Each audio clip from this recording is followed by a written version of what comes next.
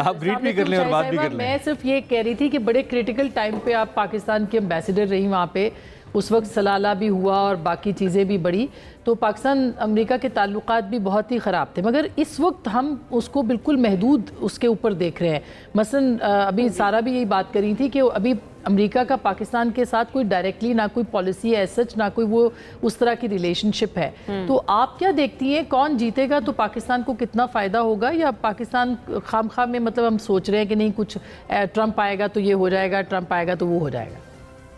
जी शुक्रिया आसमा। देखिए अभी तो जो भी इलेक्शन देख रहा है और उनके जो बहुत ही शातिर और ज़ीरक पोलस्टर्स हैं वो भी कह रहे हैं कि इतनी ज्यादा डेड हीट है और इतने कांटे का मुकाबला है, वो स्विंग स्टेट्स भी साथ जो देख लें जो तय करती हैं उसके हवाले से तो बिल्कुल कांटे का मुकाबला है। कहीं मिसेस कैमला हैरिस आगे होती हैं और कहीं इस वक्त ट्रंप हैं।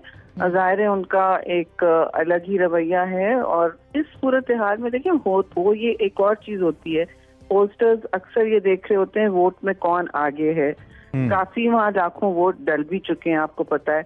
तो वहाँ आपको याद है पिछली दफा एक दफा हिलरी क्लिंटन का पॉपुलर वोट तो ज्यादा था लेकिन इलेक्ट्रल वोट उनका कम था ना।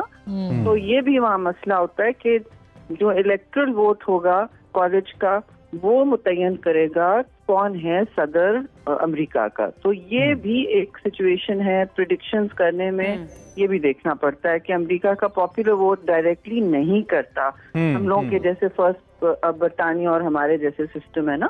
ठीक है। अच्छा शहरी रहमान साहिबा, इन पर्टिकुलर अगर मैं थोड़ा सा विमेन लीडरशिप के हवाले से बात करूं, यानी कि दुनिया में वैसे तो हमारे पास एग्जांपल्स हैं, पाकिस्तान में भी हैं विमेन लीडरशिप की, लेकिन I think this is going to be happen for the first time in America कि वहां पे कोई खातून सदारती ओहदे पर आती हैं। How do you see this? I mean if this change happens, आप इसको कैसे देखती हैं? देखिए चेंज तो आना बेहतर हमेशा होता है, प्रोग्रेसिव बात होगी।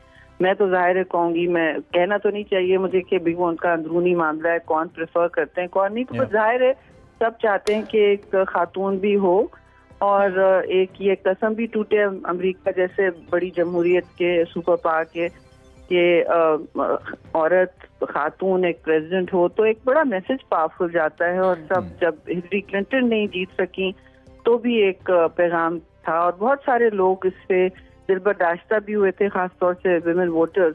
लेकिन इस वक्त विमेन वोटर्स को पता नहीं वो मोबिलाइज हुई हैं नहीं हुई हैं, हर किस्म की बात हो रही है ना। और वहाँ पे एक डायनामिक बदला सा है कि तकसीम का एक माहौल है जो पहले अमेरिकन सियासत में नहीं होता था।